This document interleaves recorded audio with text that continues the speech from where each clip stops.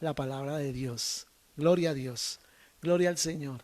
Bueno, teníamos como esa sorpresa de tener ese tiempo de adoración en la tarde, a las 3 de la tarde. Nos conectamos con un grupo también que están transmitiendo 24 horas, adorando al Señor, glorificando a Cristo. Y pues dijimos, no, pues estamos haciendo lo mismo, estamos realmente en ese mismo plan.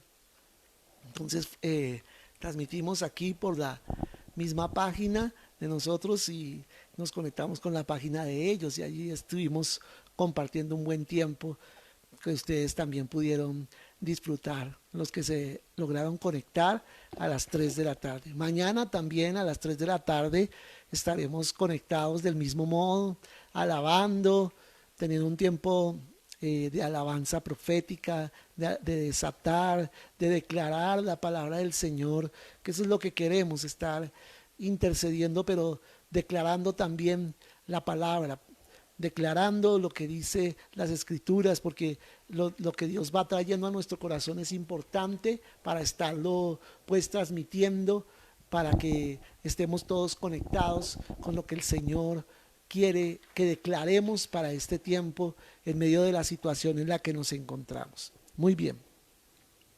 Y venimos hablando de la importancia del reino de Dios y quiero terminar con los últimos versículos de 1 Corintios 3, del pasaje que tomamos del 1 al 15, hablando un poco sobre el fundamento, ¿no? El fundamento de la palabra del Señor en nuestras vidas.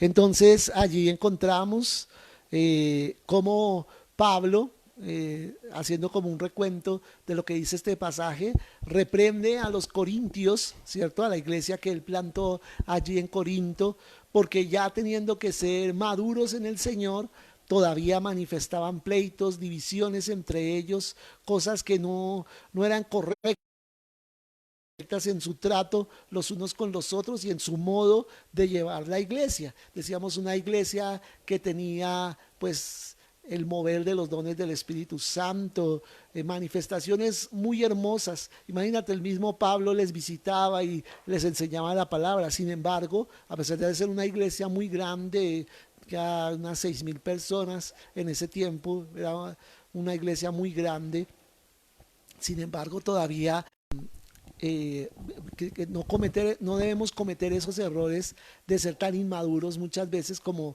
ellos lo manifestaban tantas veces, ¿no? Tan bebés espirituales, ¿no?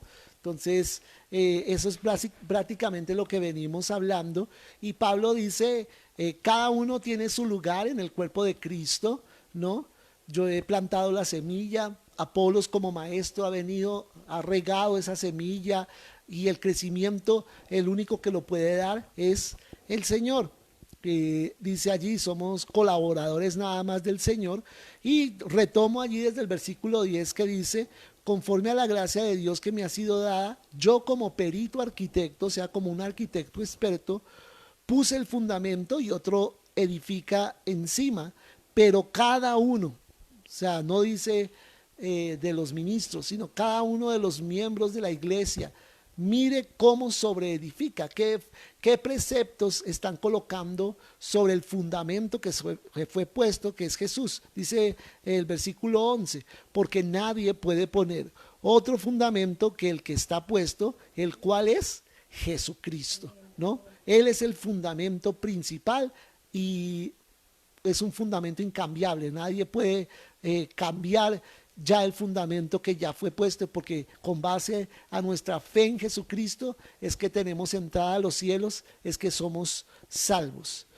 Y dice aquí, entonces comienzo aquí en el versículo 12, y si sobre este fundamento alguno edificare oro, plata, piedras preciosas, madera, heno, hojarasca, la obra de cada uno se hará manifiesta porque el día la declarará, pues por el fuego será revelada y la obra de cada uno cual sea, el fuego la probará. Si permaneciere la obra de alguno que sobreedificó, recibirá recompensa. Si la obra de alguno se quemare, él sufrirá pérdida, si bien él mismo será salvo, aunque así como por fuego, ¿no? Entonces vamos a terminar aprendiendo un poco más acerca de la palabra del Señor con base a estos versículos. Entonces, lo primero que dice es que Cristo tiene que ser el fundamento, ¿no? Él tiene que ser el fundamento. Terminábamos diciendo en la mañana, ¿no? Estábamos hablando sobre algo muy lindo, sobre lo que es el cimiento de la obra de Cristo, de lo que Cristo hizo, ¿no? Lo que Cristo hizo es la base, ¿no? Sobre la cual nosotros edificamos nuestra vida espiritual. Entonces, es como cuando se está edificando un edificio, se tienen que hacer muy buenas bases porque si no ese edificio no va a resistir el peso, ¿no? Exacto. Y en Cristo, terminábamos diciendo en la mañana, tenemos tres cosas fundamentales que tienen que ver con nuestro pasado, nuestro presente y nuestro futuro. En cuanto a nuestro pasado, que Él nos perdonó de todos nuestros pecados. Gloria a Dios. En cuanto a nuestro presente, que Él nos ayuda a resistir lo que pueda venir hoy en día. Cualquier circunstancia como es lo que estamos viviendo en este tiempo. Y en cuanto a nuestro futuro, terminábamos dando una palabra de esperanza. Esperanza hacia lo que ha de venir, sin temor de lo que ha de venir, sino completamente confiados de que Cristo también hizo lo suficiente para prepararnos un buen futuro, no solamente un pedacito. Ay, a mí se me olvidó, ¿verdad que ustedes iban a vivir hasta tal edad? No, todo nuestro futuro está asegurado en Jesucristo, está garantizado, y si seguimos el camino de la voluntad del Señor, vamos a recibir todas esas promesas. Entonces, si Cristo no es el fundamento, ninguna de esas cosas de las que hablamos puede hacerse efectiva. ¿Sí? Puede realmente cumplirse en nuestras vidas porque es necesario hacer de Cristo nuestro Señor. Entonces, son otros los que tienen que construir sobre ese cimiento. Entonces, tienen que empezar a traer a nuestras vidas preceptos, enseñanzas. Cada uno debemos mirar cómo está siendo sobreedificada nuestra vida, pero otras personas son las que van a ir trayendo esos principios, esas enseñanzas a nosotros para que vayamos creciendo espiritualmente. Pablo aquí no está hablando de construir cosas malas, ¿no? Sino cosas inadecuadas. Entonces, cuando habla habla de 6 materiales y lo divide en 3 y 3, ¿cierto? Piedras preciosas, oro, plata. Si tú notas en esos materiales, son materiales que al exponerse al fuego no se queman fácilmente. Tiene que, mejor dicho, ser un fuego demasiado intenso, demasiado a una temperatura muy alta para que se fundan, por ejemplo, el oro, la plata, ¿cierto? Se funden, ¿cierto? Pero tiene que ser un fuego muy fuerte. Y lo que está refiriéndose él es al fuego normal, ¿cierto? Y en cambio el heno, la madera y la hojarasca, que son las hojas secas, ¿no? La hojarasca son las hojas secas, pues eso, un fueguito y ya, ahí quedó. Y ya quedó, ¿cierto? Entonces está diciendo eso. ¿De qué estás construyendo tu vida, no? ¿Qué material está siendo usado? Y aquí esta enseñanza siempre me ha parecido muy hermosa, porque va hacia lo que quiero decirte en esta noche. No podemos compartirles a las personas una versión débil del Evangelio, ¿no? Una versión incompleta del Evangelio, o una versión nada más amañada, digamos, egoísta, que solamente esté centrada en lo que yo quiero que la persona conozca o sepa, pero el resto no, como parcial y como siempre tirando como para lo que yo quiero que la persona crea. No, el Evangelio debe ser completo en todos sus aspectos. No hablar de ciertas cosas y muy poco de otras, sino un Evangelio equilibrado, una enseñanza equilibrada, muy centrada, porque nosotros como cristianos tendemos a irnos a los extremos, ¿no? Por ejemplo, con la ley y la gracia, o somos muy legalistas o somos muy permisivos. No, debe haber un equilibrio, debe haber un equilibrio. Y en toda nuestra manera de comportarnos y de vivir, debe haber un equilibrio. Debemos aprender a vivir en equilibrio la palabra del Señor. Entonces, hablando de los materiales, lo voy a hablar en dos sentidos, El oro, la plata y las piedras preciosas, como decíamos, soportan el fuego, y la madera, el heno y la hojarasca no. Esto se refiere tanto al nivel personal, ¿sí?, como a nuestras motivaciones, y allá es donde quiero llegar, pero vamos a hablar primero del nivel personal. ¿Cómo estamos haciendo la obra del Señor? A nivel del ministerio. Y también se refiere a las enseñanzas, qué tan precisas son esas enseñanzas, qué tan centradas, como estamos diciendo, qué tan equilibradas son esas enseñanzas, que no son ni muy livianas, ¿no?, en donde damos permiso, no, tranquilo, que Dios te entiende y sigue haciendo lo que estás haciendo, pero con cuidado, ¿no? O el otro extremo, no, es que usted tiene que hacer esto, está condenado porque esto y aquello y aquello y aquello, y una serie de requerimientos que hacen prácticamente imposible vivir la vida cristiana. Entonces, ¿cómo están siendo nuestras enseñanzas, no?, que podemos dar a la iglesia? ¿Van a soportar el juicio de Dios, el fuego del juicio de Dios? Eso es muy importante evaluarlo en nuestras vidas. Allí serán probadas también nuestras obras de acuerdo a nuestras motivaciones y las enseñanzas que habremos dado, y se determinará así nuestra recompensa. Entonces, ¿en qué sentido nosotros hablamos, por ejemplo, de las motivaciones? ¿Qué dices tú? Pues todo lo que hagamos, dice la palabra, debemos hacerlo para la gloria del Señor, ¿no? Exacto. Que nosotros generalmente al hombre, hablo de la humanidad, no hablo ni de hombre ni de mujer, sino a la humanidad nos cuesta mucho el humillarnos, el darle lugar a la honra a quien lo merece. Sí, porque nosotros siempre queremos sacar pecho, siempre queremos que nos tengan en cuenta, siempre llevarnos el queremos crédito de todo. Que nosotros somos los que hacemos, que nosotros somos los que iniciamos, que nosotros somos los... Tenemos una cantidad de cosas en la parte de esas motivaciones, ¿no? Porque no estamos hablando de una motivación que es lo que nos impulsa. Sí, ¿no? como un estímulo. Sí, no, estamos hablando aquí de con qué intenciones hacemos cada cosa, ¿sí?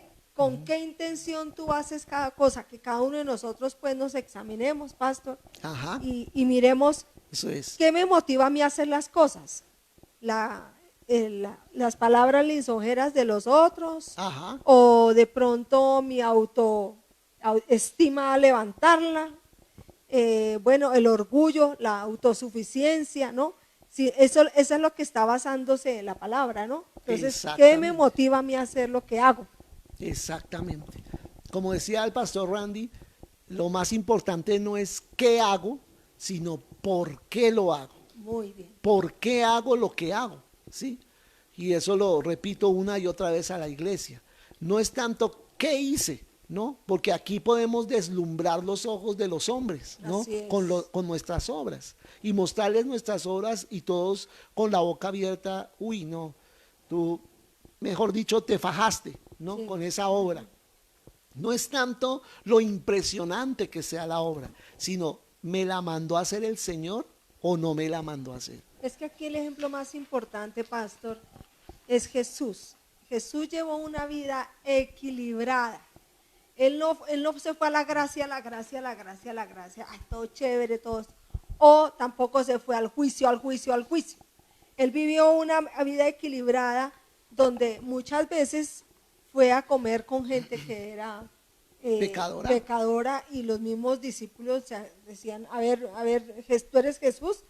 Porque Jesús fue el único que pudo llevar ese equilibrio, y es el testimonio que nos da a nosotros. Así es. Entonces, ese Jesús que nos dio el equilibrio, si tú miras la vida de Jesús en el Evangelio de Marcos, Mateo, Lucas y Juan, ahí tú ves un Jesús que siempre tuvo una motivación correcta.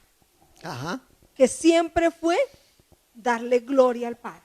Exactamente. ¿Sí? Él nunca se llevó las medallas, los aplausos, todo, él nunca se llevó, él siempre fue dándole gloria al Padre, y que el Padre siempre estuviera dirigiéndolo en todo lo que él estuviera haciendo. Exacto, así es.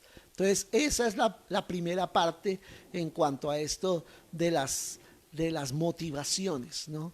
Cuando tú y yo estamos haciendo las cosas para darle la gloria al Padre, para darle la gloria al Señor, realmente estamos recibiendo entonces una buena recompensa, ¿sí? ¿Por qué?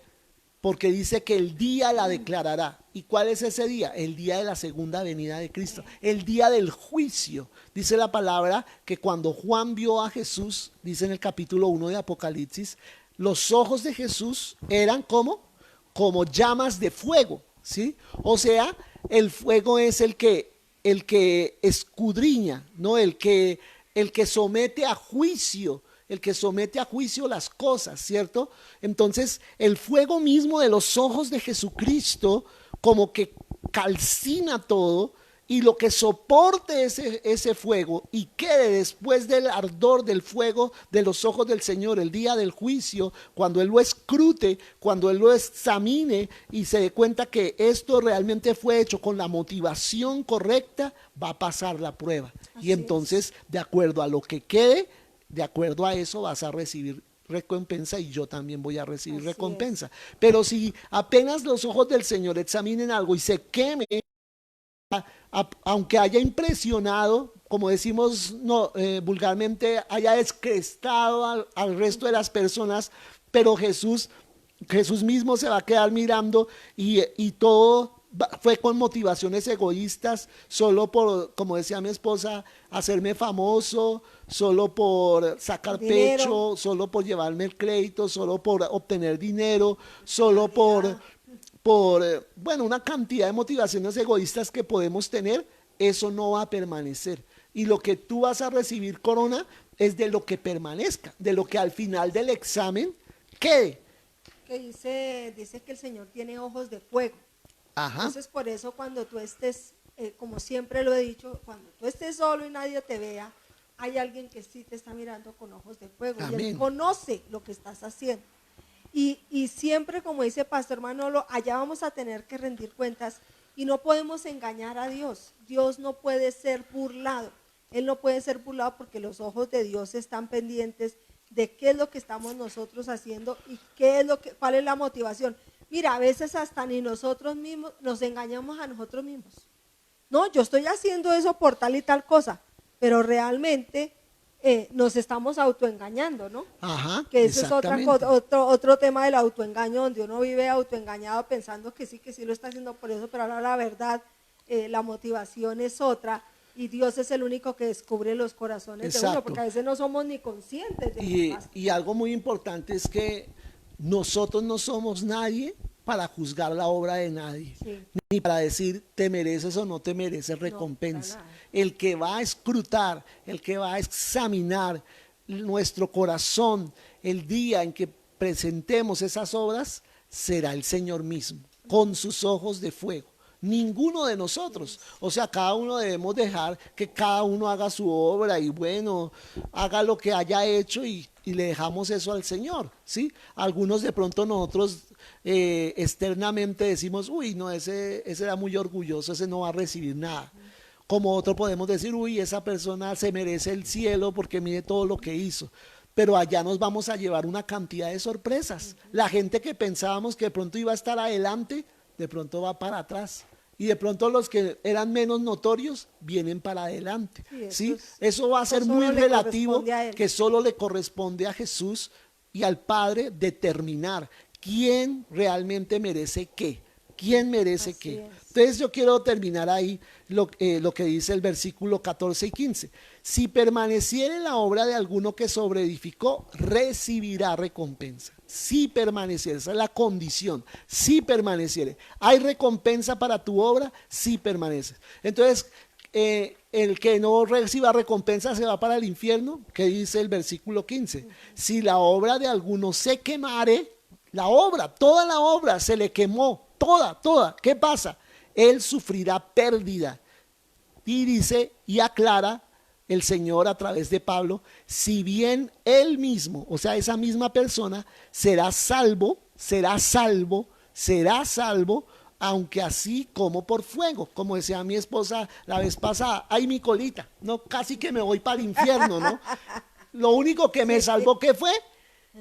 El haber tenido el pase a fundamento en mi ras. corazón, que era el haber nacido de nuevo y tener a Jesucristo en mi corazón. Pero si no fuera por eso, efectivamente me iría al infierno con las personas condenadas. Así es. Pero lo que me salva a mí es la salvación en Cristo. Entonces, tendrá lugar la prueba definitiva. Lo que era equivocado se va a desvanecer, pero la misericordia de Dios, en la misericordia de Dios o por la misericordia de Dios, hasta el constructor más equivocado será salvo, porque por lo menos tendrá el fundamento en su vida que es Cristo, ¿no? Entonces muchas de nuestras propias versiones del Evangelio son exactas, pero nos libramos de muchas de estas cosas si las sometiéramos a prueba, no de nuestros propios prejuicios y presuposiciones, no de la aprobación de tal o cual teólogo que me diga, ay sí, lo que estás enseñando es así, ¿no? Sino a la luz del Nuevo Testamento y sobre todo a la luz de la cruz de Cristo, a la luz de lo que el Señor hizo. Si todo esto coincide realmente con lo que Jesús enseñó, entonces yo voy a ser juzgado también por lo que enseñé, y lo enseñé equilibradamente, de una forma correcta. Bueno, sí es. Entonces, cuando hablamos de Cristo, debemos tener presente el hecho de que Cristo está escuchando. Escucha, cuando estás predicando, cuando estás hablando cualquier cosa, Cristo está escuchando. Jesús está escuchando.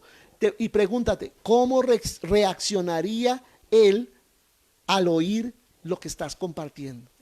¿No? Entonces, por eso es que en otro pasaje dice la Biblia, no se hagan muchos de ustedes maestros. No se hagan muchos maestros, ¿por qué? Porque el maestro va a recibir más juicio. ¿Por qué? Porque lo que está hablando a los demás tiene que estarlo viviendo él, ¿no? Tiene que estarlo aplicando. Entonces tiene doble responsabilidad por los demás y por sí mismo. Por sí mismo. Entonces no os hagáis muchos maestros, muchos de vosotros, dice el Señor, ¿cierto? Entonces tener cuidado de no darnos de muy sabiondos, porque a la hora de toda palabra que haya salido de nuestra boca, de toda enseñanza que le hayamos dado a los demás, vamos a tener que dar cuenta delante del Señor. pastor. Por eso yo tengo mucho temor del Señor cada vez que enseño la palabra. No solamente las enseñanzas, sino de toda palabra y de todo hecho, todo lo que hagamos para Él, ¿cierto? Y en la iglesia sí que se ve ese trato en el servicio de la iglesia, porque no es fácil, o sea, uno en el servicio de la iglesia le cuesta servir a otros, eso todos hemos pasado, me incluyo a mí, y uno se siente a veces, como se dice, sirviente, ¿cierto? Sí. ¿Y yo por qué tengo que hacer eso? ¿Y yo por qué sí. tengo que atenderla? ¿Yo por qué tengo que...? ¿Sí? Entonces, en esa parte del servicio nosotros somos muy probados, es probado Exacto, nuestro corazón, exacto. son probadas nuestras motivaciones, pues, nuestras actitudes, y nosotros tenemos que ahí hacer una autoevaluación de cómo estamos haciéndolo, ¿cierto? Porque Sí, exacto. uno de todas maneras no se va a quedar toda la vida sirviendo en lo mismo. Dios siempre a uno lo prueba como en determinadas áreas, Sí, ¿cierto? exacto. Y ahí como que viene el trato y la formación y hasta que uno aprenda, entonces pasa al siguiente nivel, ¿sí? Yo siempre le digo a la gente, no te preocupes, ahorita te está tocando servir acá en las mesas, después tú vas a estar siendo servido, ¿sí? Exacto. O ahorita estás sirviendo en esto, más adelante vas a hacer otra cosa. Pero ¿cuándo? No, eso va a llegar el momento. Lo que pasa es que Dios está mirando en este tiempo cómo estoy yo, cómo estoy sirviendo, cómo estoy viendo a mi hermano, si lo está haciendo bien o lo está haciendo mal y que eso a mí no me afecta. Entonces, todos, nosotros fuimos incluidos y si tú hablas con todo cristiano, Seguimos pastor, apóstol, incluidos. todos hemos sido metidos Probados. en esa área y poco a poco vamos saliendo y vamos aprendiendo. Exacto. Pero todos somos probados. Pero es que yo pienso que lo que te refieres también es la idea que muchas veces se tiene del ministerio, ¿no? Porque vemos el ministro como el artista, ¿no? Ajá. nos parece que es, no, y artista no, ay no diga esa palabra, pero así lo vemos, es como la perspectiva que tenemos nosotros del ministerio, como un lugar de muchedumbre, de fama, de dinero, de viajes, de casas, de carros, ¿cierto? Esa es la idea de cómo va a ser un ministro efectivo y exitoso, ¿no? Teniendo todo eso, ¿no? Ajá, Teniendo todo eso, cantidades de gente siguiéndolo y no sé qué más cosas, ¿cierto? Y esa es como a veces la idea que tenemos del ministerio y cuando le decimos a una persona, y tú quisieras servir al Señor, como ya tiene esa idea, dice, claro, yo quiero servir al Señor, claro. ¿Y qué es lo que está diciendo con eso? Quiero tener plata, casa, carro, beca, quiero tenerlo todo, porque vemos al que ya está más adelante o está en esas condiciones y decimos o codiciamos eso en nuestro corazón, de llegar a tener eso en nuestras vidas, ¿sí? Y esa es nuestra imagen del ministerio, nuestra percepción. Pero yo te quiero decir, el ministerio, como dice mi esposa, muchas veces tiene que ver con mucho trato de Dios a nuestras vidas, ¿cierto? Como decía Marcos Witt en una oportunidad, veo muchos muchachos, muchas veces cuando voy a tocar la alabanza en determinado lugar, él decía hace muchos años, decía, los veo peleándose por quién es el que le toca tocar el piano, pero no se pelean por la escoba, no es que hoy me toca barrer a mí, no, el que le toca barrer a mí es, al que le toca barrer es a mí, y peleándose pues por la escoba o el trapero o lavar el baño, no, por eso sí no se pelean, ¿cierto? Porque el ministerio tiene que ver con el servicio. Porque la palabra ministro es siervo, la palabra ministerio es servicio, significa eso, no significa fama, no significa autoridad, ministerio no significa como reconocimiento y estar sobre otras personas, bueno, estar sobre otros sí, pero para servirles, ¿no? A mí me gusta mucho recalcar la palabra autoridad, ¿no? La autoridad es dada para servir, para proteger y para dirigir a las personas que Dios pone bajo tu autoridad. En ningún modo es para imponer, para mandar, para someter, no, en ningún modo dice eso la palabra del Señor. Entonces el ministerio tiene que ver es con esa actitud en la que yo estoy dispuesto a renunciar a muchas cosas que yo amo por seguir al Señor y humillarme, y como hacía Jesús, arremangarse toda la ropa, ponerse de rodillas, traer el agua, poner los pies de sus discípulos y lavarle los pies. Eso es ser ministro de Dios. Pastor, es que queremos, o sea, nosotros vemos un hombre de Dios que Dios lo ha levantado y queremos eso que él tiene, pero no hemos visto de dónde viene él. Exacto. ¿Qué no hemos visto el precio que ha pagado para estar donde está. Sí, qué precio tuvo que pagar para llegar donde está. Porque todo comienza por algo pequeño. Exacto. O sea, no es que uno comienza pues, no, se comienza por algo pequeño. Yo creo que muchos de los que estuvieron con esa persona cuando era, ahí apenas está comenzando, muchos dijeron, no, esto no va para ningún lado, eso mejor vámonos porque queremos mucho. Algo grande, algo. ¿Y cuántas cosas tuvo que pagar este hombre para llegar allá? Es lo mismo que Jesús, pastor. Lo mismo que todos los Jesús, hombres de Dios. Jesús, todo el mundo quiere, los cielos, la gloria, pero es que eso le costó a Jesús. La cruz. La cruz. Entonces yo te pregunto a ti y me pregunto a mí misma, ¿yo estoy dispuesta a ir a la cruz? ¿A realmente pagar un precio tan alto, dar la vida por el Señor? ¿Dar la vida por Él? Entonces ahí es donde uno dice, bueno, pues, pues siendo no así. tanto, a ver. Entonces, miremos de qué es lo que el Señor quiere enseñarnos con este principio, pastor. Importantísimo. Entonces, queremos dejar en tu corazón esa palabra, ¿no? Las motivaciones. Con eso termina Pablo este primer pasaje, pues, de Corintios, y termina allí. Queremos cerrar esta parte del reino hablando de las motivaciones. ¿Por qué es tan importante hablar de eso en este momento? Porque vuelvo otra vez a lo que decía en la mañana y hemos dicho al tocar este tema. Estamos hablando que al salir de este confinamiento, el que el Señor nos ha metido, de estar en nuestras casas, de no poder salir sino a cosas muy puntuales, ¿cierto?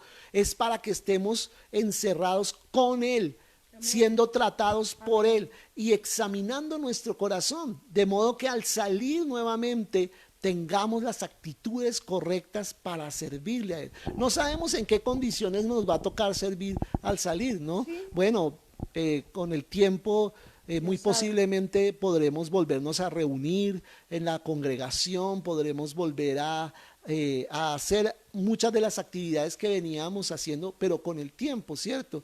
Pero más que nada, lo que estamos proyectándonos es a un avivamiento global, a algo que va a Sí, suceder estamos más allá, apuntando allá. y está sucediendo ya Así es. más allá de las paredes, ¿sí? Mira que nos estamos integrando con otros grupos, con otras denominaciones, otras misiones, otros que también son la iglesia de Cristo, Amén, sin amén. paredes, sin barreras, Sí, sin Señor. invitaciones, sin que tengan que pagar avión. No, estamos ya sin necesidad de haber ido físicamente. Entonces es necesario que nosotros tengamos las motivaciones correctas. No tratemos de como se dice, echar codo a nuestro lado, tratando de surgir a la fuerza. No, sino dejando que las cosas vengan en el tiempo del Señor. En el momento en que Jesucristo le dijo a los discípulos, ya está llegando el tiempo en que yo sea glorificado. No, Jesús les dijo, y ya está acercándose el momento en que yo sea glorificado. La imagen que les vino a los discípulos a la mente fue, uy, ya el César, chao. El César, ya. chao, no, ya Jesús se sentó ya en el trono, no, lo que nos espera, uy muchachos, vamos a hacer del gabinete de Jesús, de la corte real, no, preparémonos porque lo que viene es buenísimo, buenísimo, vamos a tener plata, vamos a tener influencia, me imagino todas las cosas que pasaron por su mente, y Jesús, ya está llegando el tiempo en que sea glorificado, y al momentico que dijo esas palabras, lo encuentran en una cruz. Lo encuentran moribundo allá en una cruz, completamente lacerado, completamente vuelto una nada, y aparentemente el diablo habiendo ganado, habiéndole ganado la batalla al Señor. Entonces, ¿qué surgió en los corazones de los discípulos? Desilusión. Dijeron, no, pero como que me tumbaron.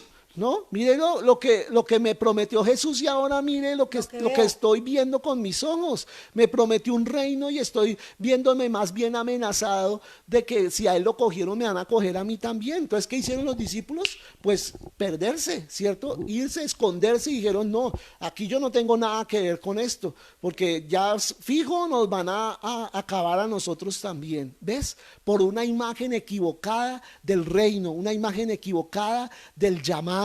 Y es lo que yo llamo a tu corazón a tener la imagen correcta, la imagen correcta.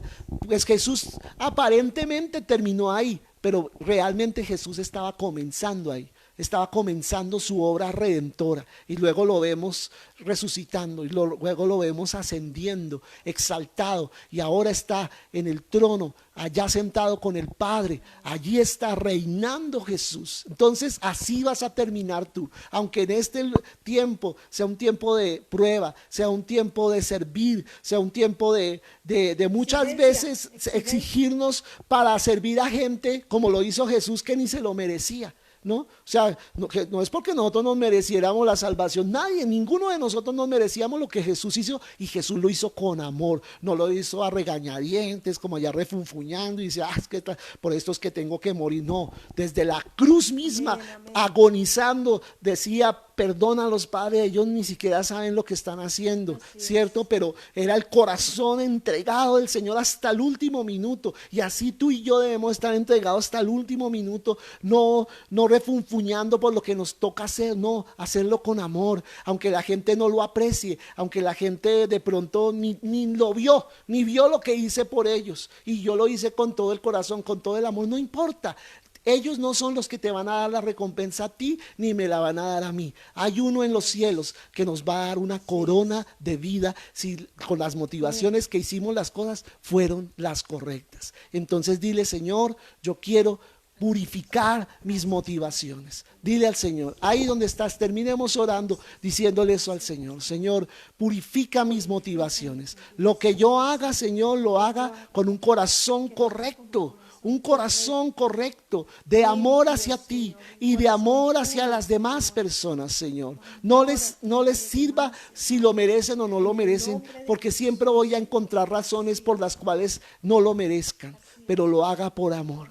lo haga por amor, me entregue por ellos, haga la obra que tú me encomendaste hacer, porque este es el tiempo de que la gente vea tu amor, en lo que nosotros hacemos vea tu amor, Señor Jesús, y el servicio hacia ellos. Tal vez a veces, Señor, lavamos los pies físicamente, pero estamos pensando otra cosa en el corazón. Padre, que lo hagamos más bien en el corazón, lavarle los pies a los demás, servirles, aunque a nuestro parecer nunca lo merezcan, Señor, oh Dios, pero nosotros les amamos como tú les amas y les bendecimos, Señor. Y pone ese corazón en ti, pone esa actitud en ti y sal a servir al Señor con todo tu ser, como dice el dicho popular, servir sin mirar a quién.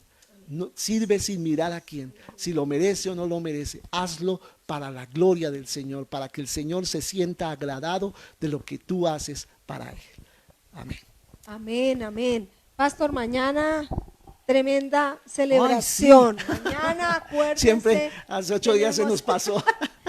Es que nosotros, mañana celebración de la iglesia. Aleluya. Así es de que invita a otros para que mañana nos conectemos a las 9 de la mañana y tengamos una celebración muy hermosa. La pasada fue muy buena, muy ¿no? buena, sí, muy disfrutamos buena. mucho el Ustedes no saben alabar. todo el reguero que tenemos aquí. Aquí tenemos, la sala se convirtió en un estudio, mejor dicho. Entonces mañana a las 9 de la mañana que todos estemos organizaditos, listos para adorar y levantar sí. el nombre del Señor, para bendecir al Señor. Amén. Amén.